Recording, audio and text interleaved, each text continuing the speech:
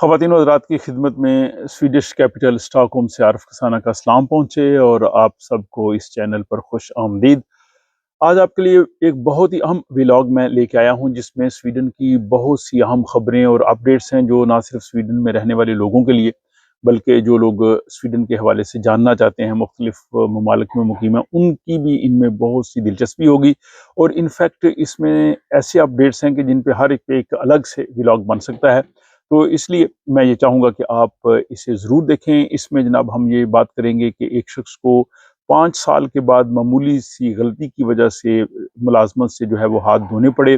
फिर स्वीडन में जो इमिग्रेशन के हवाले से सियासी कशमकश और सियासी जमातें जो हैं एक दूसरे के साथ बयानबाजी इन्होंने शुरू कर दी है और ड्राइवर्स मामूली सी गलती की वजह से पुलिस से उनको जुर्माना हो सकता है। और स्वीडन में 1 मई से ड्राइविंग के नए कवानीन आ रहे हैं, इस पे हम बात करेंगे। फिर एनर्जी ड्रिंक्स जो हैं इनकी उम्र की हद के हवाले से बात हो रही है और वज़न कम करने वाली जो अद्वियात फ़रोख्त हो रही हैं इनके हवाले से जो माहिरीन ने वार्निंग दी है उस पे भी हम बात करेंगे। और दफ़ाई शोबे में स्वीडन में हज़ारों नौकरियां आ रही हैं।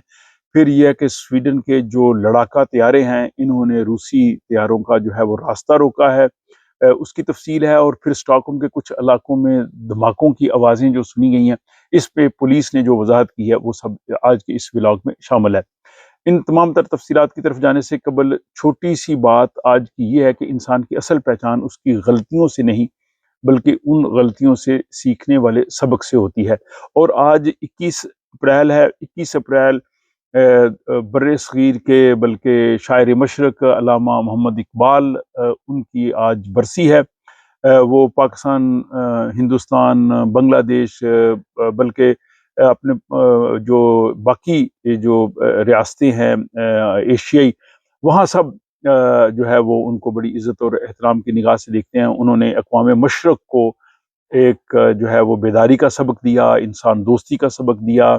और यही वजह है कि हर जगह उनका बहुत बड़ा एहतराम किया जाता है। मैं एक मरतबा पाकिस्तान गया तो सियालकोट और जम्मू के जो वहाँ पे बॉर्डर है, तो मैंने देखा कि दोनों अतराफ में यानी भारत की तरफ से भी और पाकिस्तान की तरफ से भी अल्लामा इकबाल का शेर ही जो है वो वहाँ पे लिखा गया था। तो आज उनकी बरसी है, उन्हें हम ज़बरदस्त खराज अकीदत पेश करते हुए अब हम खबरों की जानिब आते हैं। तो सबसे पहली चौंका देने वाली खबर ये है कि एक शख्स जो स्वीडन में 5 साल से यहाँ पे जॉब कर रहा था, अचानक 5 साल के बाद जो है उसका जॉब जो है वो ख़त्म हो गया। उसकी वजह ये थी कि इन्वेस्टिगेशन की गई, इन्वेस्टिगेशन में उसका जो क्रिमिनल रिकॉर्ड चेक किया गया और एक पुराना केस था 2018 का जिसमें उस पे मनी लॉन्ड्रिंग का इल्ज़ाम लगाया गया।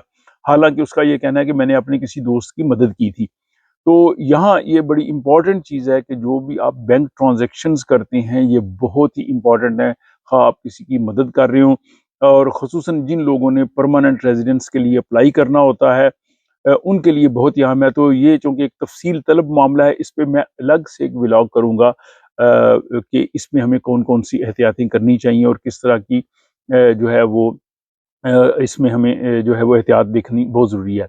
यहाँ जो शख्स था उसका रिकॉर्ड पहले चेक नहीं किया गया था। ज़रूरत जब पड़ी तो उन्होंने जब उसका रिकॉर्ड मांगा और उसमें ये आया कि उसने ये जो है वो ऑफेंस या एक जुर्म किया, इसी वजह से उसका कॉन्ट्रैक्ट ख़त्म हो गया।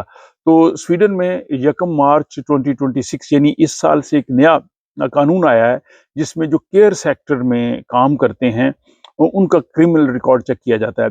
यहाँ अक्सर लोग सवाल करते हैं कि जो अगर किसी ने कोई जुर्म किया हो तो वो कितना अरसा उसका रिकॉर्ड रहता है। तो इस पे मैं आगे जाके तफसील से बात करता हूँ, वो आप सब के लिए बहुत ही अहम होगी उन तफसीलात को जानना। तो स्वीडन में अगर आप एक गलती करते हैं तो वो आपका पीछा छोड़ती नहीं, जो चीज़ रिकॉर्ड में आ जाती है उसको वहाँ से हज़फ करना, डिलीट करना बहुत मुश्किल है। तो इसलिए हमें यहाँ पे बहुत ही एहतियात की ज़रूरत है।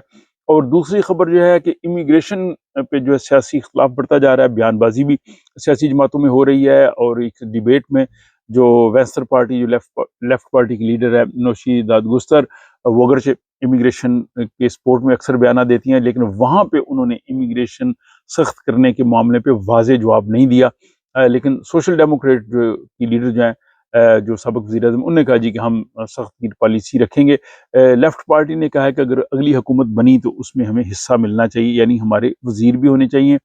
लेकिन जो नौशी है उन्होंने स्वीडन से जो डेपुटेशंस हैं उनके हवाले से जो है वो कहा कि ये गलत है, इस तरह से ख़ानदान तकसीम नहीं होने चाहिए। तो जो स्वीडन के इंतखाबी मुहिम में जो है वो तेज़ी आ रही है, इंतखाबात करीब आ रहे हैं, इस मामले पे जो है वो बातचीत बढ़ती जाएगी और इमिग्रेशन स्वीडन के इंतखाबात का बड़ा इशू होगा और इन व्लॉग्स से मैं आपको मुसलसल जो है वो अपडेट करता रहूँगा, इसलिए ये व्लॉग्स देखते रहिए। अगली जनाब खबर यह है कि अक्सर हम लोग जो ड्राइव करते हैं, हम इस चीज़ का ख्याल नहीं करते, एक ऐसी गलती करते हैं कि जो हमें करनी नहीं चाहिए कि जहाँ पे पैदल गुजरने का रास्ता होता है, पेडेस्ट्रियन क्रॉसिंग या ज़ेब्रा क्रॉसिंग जिसको कहते हैं, वहाँ पे अक्सर लोग गलती करते हैं कि जब अगर बच्चों के छोटे ग्रुप्स जा रहे हैं, तो अगर एक टोली उनकी गुजर जाती है, दरमियान में अगर वक़फ़ा आता है, लोग वहाँ से गाड़ी गुजार लेते हैं। इसी तरह अगर कोई जुलूस जा रहा है या कुछ इस तरह के कॉन्वॉय है, तो उसमें भी ऐसी सूरत बाज़ औक़ात होती है। तो यहाँ पे ये ख़्याल रखना चाहिए कि वो जो ग्रुप पूरा जा रहा है, बच्चों का या जुलूस का या कोई भी, जब वो पूरा गुज़र जाए तब आपने गुज़रना है। अगर दरमियान में थोड़ा-सा गैप आता है, तो उस गैप से नहीं जाना चाहिए। अगर पुलिस आपको देखेगी तो आपको फ़ाइन हो सकता है और ये सेफ्टी का मसला भी है। और ट्रैफ़िक के हवाले से खबर ये है कि 1 मई से स्वीडन में नए कवानीन आ रहे हैं।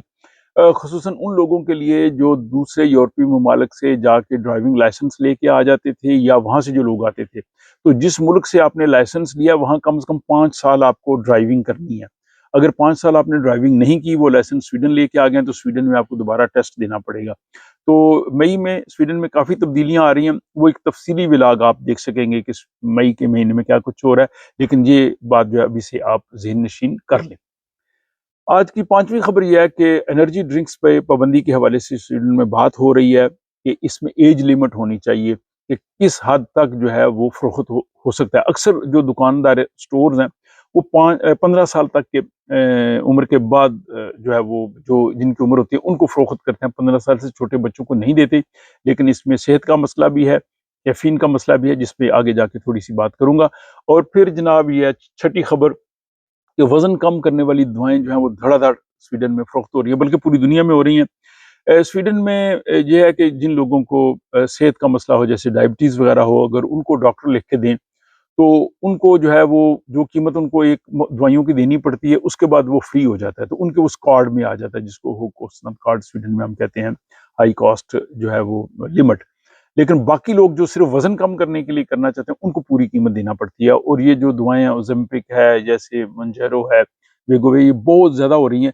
अब माहिरीन ने कहा है कि ये दवाएँ वज़न कम करती हैं, लेकिन ये सिर्फ फैट यानी आपकी चर्बी कम नहीं करती, बल्कि आपके मसल्स, पट्ठे, वो भी कम करते हैं और उससे कमज़ोरी हो सकती है। तो इसलिए वो कहते हैं कि साथ-साथ खुराक भी अच्छी खाते रहें और एक्सरसाइज़ भी करें और इस चीज़ का ज़रूर ध्यान रखें कि ये शॉर्टकट नहीं है, ये एक लाइफ़स्टाइल है, ये एक मैराथन है और ये आपको दवाइयाँ ये नहीं कि वज़न कम करने के बाद आपको छोड़ देनी है। अगर आप छोड़ेंगे तो एक रिपोर्ट आई थी कि ऐसे ही है कि जैसे आपने जो हंगर का, भूख का दरवाज़ा खोल दिया, फिर दबा-दब फिर खाएँगे और वज़न फिर वैसे ही चला जाएगा। तो ये एक बड़ा मसला है इसमें बैलेंस रखना। और ज दवाओं की कीमतों के हवाले से भी एक जो है वो इंकशाफ हुआ है कि यहाँ पे एक ही दवा अगर आप स्टोर से खरीदें जाके, फार्मेसी से, एपोथेक से, उसकी कीमत 3 गुना ज़्यादा है। नेट से खरीदें डिफरेंट है और एक ही स्टोर में मुख्तलिफ जगहों पे भी कीमतें फ़र्क है, तो इसलिए कंपेयर कर लेना चाहिए और ऑनलाइन भी चेक कर लें कि इनकी प्राइस कैसी है। अगली खबर जनाब ये है कि स्वीडन में हज़ारों नौकरियाँ आपकी मुंतज़र हैं। स्वीडन का जो दिफ़ाई शोबा है, इसमें बड़ी इन्वेस्टमेंट हो रही है, सरमायाकारी हो रही है और 48,000 48,000 नए जॉब्स स्वीडन के डिफेंस के शोबे में, आर्मड फोर्सेस में, आर्मी में, वो जो है वो आ रहे हैं। इसमें बहुत ज़्यादा जो है इन्वेस्टमेंट कर रहे हैं, लेकिन ये उन लोगों के लिए ज़्यादातर होंगे जिनके पास स्वीडिश नेशनलिटी है, क्योंकि स्वीडन में आर्मी या पुलिस या सिक्योरिटी में वो लोग ही हिस्सा ले सकते हैं जो स्वीडिश नेशनल हों, बाकी वो नहीं ले सकते। लेकिन बहरहाल ये यहाँ के जो लोग हैं उनके लिए एक अच्छी खबर है। अब हम दोबारा बात करते हैं कि जिस शख्स की 5 साल के बाद नौकरी ख़त्म हुई थी, वो क्रिमिनल रिकॉर्ड उन्होंने चेक किया था। ये जो 1 मार्च 2026 से स्वीडन में कानून आया कि जो लोग केयर के शोबे में काम करते हैं, देखभाल में, सेहत में या इवन स्कूल्स वगैरह में जहाँ पे बच्चे साथ होते हैं, तो उनका मुजरमाना रिकॉर्ड चेक किया जाता है। अब अक्सर लोग ये सवाल करते हैं कि ये रिकॉर्ड कितनी देर तक रहता है? तो ये 3 इसकी कैटेगरीज हैं। कुछ जुराइम का रिकॉर्ड 3 साल तक रहता है, 3 साल के बाद खत्म हो जाता है, कुछ का 5 साल बाद और कुछ का 10 साल बाद। 3 साल बाद ये है कि जो कम बहुत ही मामूली जुर्म है या जिनमें मुजरिमीन जो क्राइम करने वाला है उसकी उम्र अगर 18 साल से कम है या जिनको सिर्फ वार्निंग मिली हो, तो वो 3 साल के बाद खत्म हो जाता है। लेकिन बाकी अक्सर जो है वो 5 साल तक रहते हैं। जैसे ट्रैफिक का अगर आपको जुर्माना हुआ है, बाकी जुर्माने जो रोज़ाना की बेस पे होते हैं या दीगर जो है, तो ये 5 साल रहता है। तो इसका मतलब है कि अगर आपने ट्रैफिक तेज़ रफ्तारी या रेड लाइट तोड़ी है या कोई और आपको बड़ा जुर्माना हुआ है, तो वो 5 साल रहेगा। और अगर उस दौरान अगर आपने पीआर या सिटीज़नशिप अप्लाई करनी है तो आपके लिए बड़ा मसला है। और कुछ जो हैं वो 10 साल तक रहते हैं, जो संगीन जुराइम है, जिसमें कैद की सज़ा हुई हो, जो बड़े जुर्म है, तो वो 10 साल तक रहते हैं। तो स्वीडन में अगर कोई भी जुर्म कर लिया जाए, तो वो रिकॉर्ड में ज़रूर रहेगा। ये एक बड़ा मसला है, लेकिन ये मैंने बता दिया 3 साल, 5 साल और 10 साल। और दोबारा हम बात करते हैं थोड़ी-सी एनर्जी ड्रिंक्स के हवाले से, क्योंकि नौजवानों में बहुत मकबूल है। तो एक तो यहाँ पे एज लिमिट की बात हो रही है। तो माहिरीन का कहना है कि 16 साल से कम उम्र के जो अफ़राद हैं, उनको रोज़ाना 70 मिलीग्राम कैफ़ीन से ज़्यादा ना लें। तो ये कैफ़ीन आपको पता है कॉफ़ी में भी होती है, एनर्जी ड्रिंक्स में भी होती है। तो एक एनर्जी ड्रिंक से ज़्यादा ना लें, क्योंकि ज़्यादा लेने से नींद ख़राब हो सकती है, दिल की धड़कन तेज़ हो जाएगी, बेचैनी आ जाएगी और ये एक हिडन रिस्क है जिससे ज़रूर जो है वो ख़्याल करना चाहिए, अदरवाइज़ सेहत के मसाइल जो है वो आ जाते हैं। इसके बाद जनाब 2-3 और छोटी-सी खबरें हैं, वो भी मैं आपको जो है वो बता देता हूँ मुख्तसरन। वो ये कि कम्युनिटी सर्विस के हवाले से भी ये कहा गया है कि जिन लोगों का मुजरमाना रिकॉर्ड होगा वो बच्चों के साथ काम नहीं कर सकेंगे। तो ये एक अहम तब्दीली है, ताकि बच्चे जो हैं ऐसे लोगों से महफूज रहें और वो लोग जो हैं वो किसी और जगह पे उनको काम दिया जाएगा। अगली खबर यह है कि स्टॉकहोम के कुछ इलाकों में धमाकों की आवाज़ें सुनाई दी। ये हैं ख़ुसूसन जो स्टॉकहोम का सेंट्रल इलाका है, कुंग्सहोलमेन वगैरह का। अ, तो इस हवाले से पुलिस ने बताया कि दरअसल इस एरिया में पुलिस की बड़ी मशकें हो रही हैं, जो कि 21 से 23 अप्रैल यानी 21 से 23 अप्रैल तक जारी रहेंगी।